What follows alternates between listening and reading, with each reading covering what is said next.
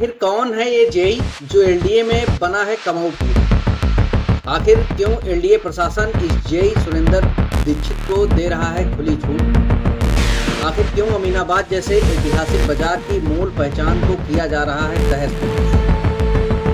नमस्कार, आप देख रहे हैं प्राइम टाइम न्यूज लखनऊ और आज हम उठा रहे हैं एक ऐसा सवाल जो एलडीए की कार्यशैली पर सीधा सवाल खड़ा करता है।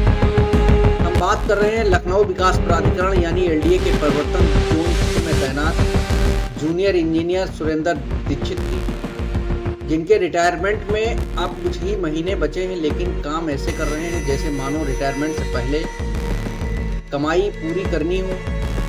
सूत्रों के अनुसार लगभग 1 वर्ष से इसी जोन में तैनात सुरेंद्र दीक्षित पर कई अवैध निर्माणों को संरक्षण देने के गंभीर आरोप हैं। अमीनाबाद जो पहले से ही अपनी ऐतिहासिक पहचान बचाने के लिए संघर्ष कर रहा है, वहां सुरेंद्र दीक्षित ने अवैध निर्माणों को खुला संरक्षण दिया है। कुछ निर्माण तो इतने विवादित रहे कि सील तक किए गए थे, लेकिन इन जेई साहब ने उन्हें फिर से खुलवाकर दोबारा निर्माण करवा दिया।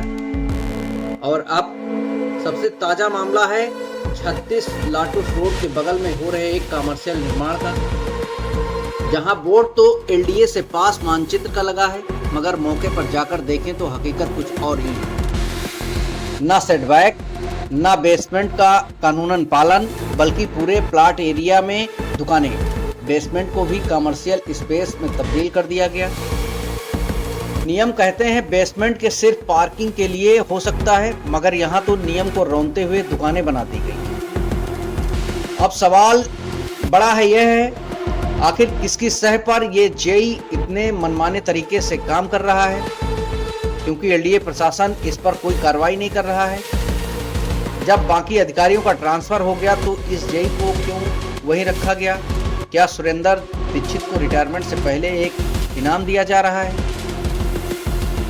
अब वक्त आ गया है कि एलडीए प्रशासन जवाब दे और इस जेई पर कड़ी कार्रवाई करे, वरना जनता पूछेगी कहीं एलडीए भी तो इस खेल में शामिल नहीं है। प्राइम टाइम न्यूज लखनऊ की ये एक्सक्लूसिव रिपोर्ट यहीं समाप्त होती है, लेकिन सवाल अब भी कायम है। देखते रहिए सच की आवाज प्राइम टाइम न्यूज।